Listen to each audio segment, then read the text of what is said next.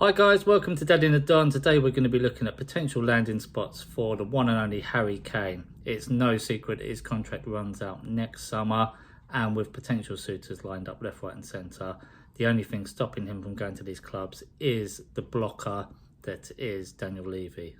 So I've come up with 7 potential landing spots, including staying at Spurs. I'm going to run through them in the order of likelihood, and then I'm going to give my summary at the end. Feel free to bung in the chat what you think, if you think I've got it wrong, any clubs I've missed out, and just your general thoughts on where you think Harry will be lining up this September. So, nice and easy, straight off the bat, Tottenham Hotspur, he stays there. Got 2 options with this one, that's why it's probably the most likely, because he could stay there, run his contract down, control his own destiny, take Levy out of the equation, and just leave on a free. Go to any club unrestricted. Could also sign a new contract. A lot of people will say, where's the ambition? You just resign into a life of no trophy. Remember, it's not all about trophies. He only needs 48 goals to beat that record. 0.67 goals a game. He's going to do that in 70 games. 2 seasons he could do it in. It means a lot for him to beat that record. If he moves to another club, would he be as prolific? Easy to say yes, but we've seen it go wrong with the likes of Fernando Torres in the past. So, running down the contract, he could still get another 25-30 goals, and then if he moved to another English club, he's only got to get another 25-30 goals to beat the record. Or he could go abroad, come back, have one last season in the Prem, and beat the record anyway. So Tottenham Hotspur, a lot of opportunities there. I think if it was me, I'd probably just run down the contract and just say, screw you, Levy. He's done it to him too many times.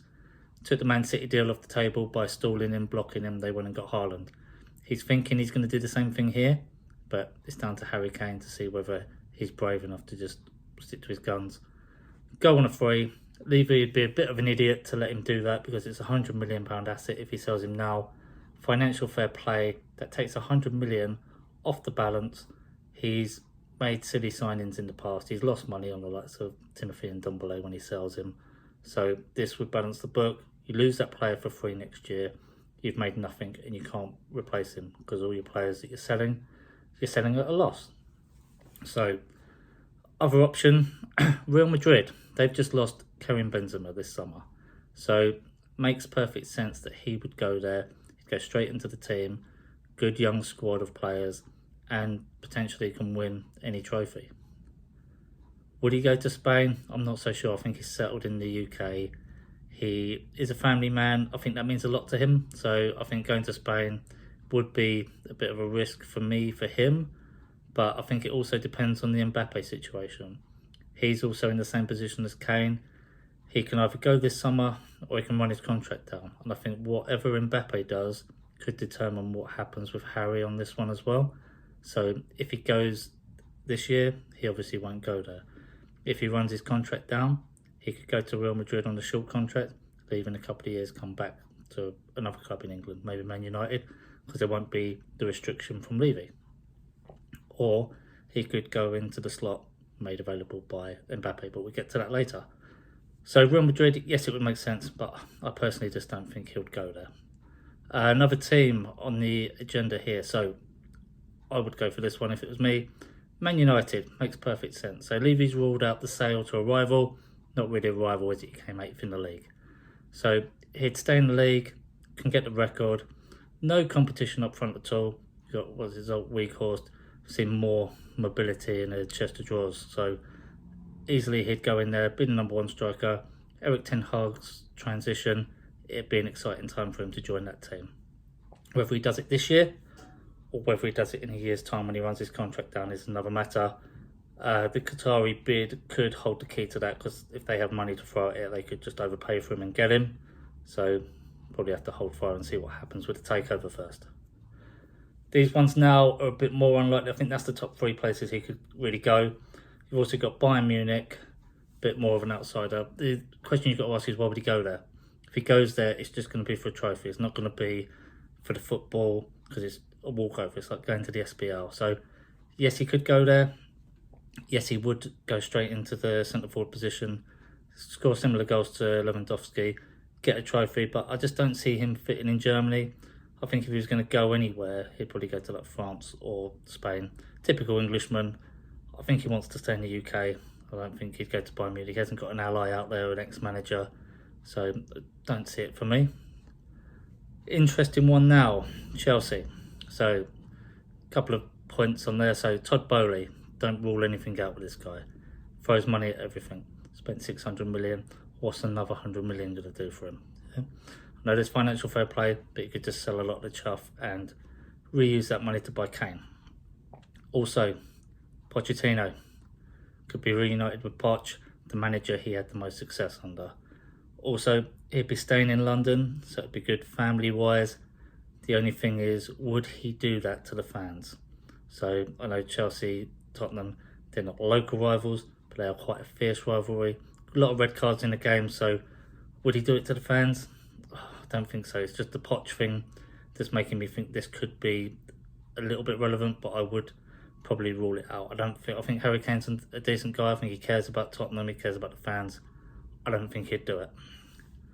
Another option, PSG. So again, this will depend on the Mbappe situation. If Mbappe leaves this year and then PSG come in for him, he could go. Levy might sell him because he's not to a rival. If Mbappe runs his contract down the same as Harry Kane does, and Mbappe agrees to go to Real Madrid in January, pre-contract signed, Harry Kane would then have the option to do the same thing, but at PSG. Again, I think he would only go there to collect trophies. Guaranteed win, isn't it? Yeah. But again, all the people that are mocking him for not winning trophies, if he goes there and wins a trophy, they're all going to laugh at him, saying it was just in the Farmers League, Mickey Mouse League, easy trophy, so he can't win. Don't think he's got anyone there that's an ally either, so I think like if Poch was still there, he might have gone there for Poch. I can't see any reason for him to go there other than to win a cheap trophy. And my final one I've put on there is Newcastle United. So he can do this two ways. He could leave on a free, go abroad, and come back to Newcastle in a couple of years. Newcastle might be a massive force in the Premier League by then, challenging for all sorts of trophies. If he goes this year or next year on a free, it stays in England. It's not a rival club, so he's not going to upset any fans. Keep his family happy to an extent because he's still in the UK. He'd just maybe like travel for the games, etc. And also, like we said, he's only got 48 goals to go. So maybe this year he'll score a load of goals, get closer to that record. And then what a story that would be. Both record goal scorers, first and second, him and Alan Shearer, both completing that whilst at Newcastle. That'd be some story. But yeah, so for me, I think that's something that could happen because of the money that Newcastle have now got. They could afford to go in there and outbid people, tie him down to a big contract. And I think he probably would go there. Top four, nothing to do with Tottenham, so he's not going to get slated by the fans for like being a Judas or anything like that. So it's a massive possibility, either now or after a couple of years abroad, coming back just to finish off the record of Alan Shearer. So if I'm going to summarise, this is what I would be advising Harry Kane to do, not what I think will happen. I would just say, Levy has screwed you over enough.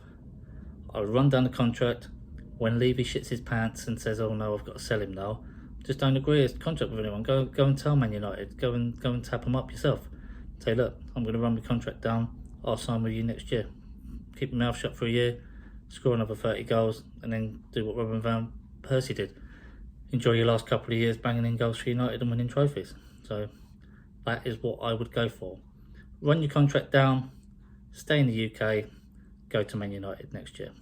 So that was my take on the Harry Kane transfer saga. Did I get it right? Did I miss anyone out? Please like, subscribe, leave your comments, and we'll catch you on the next show. Thanks for watching, guys.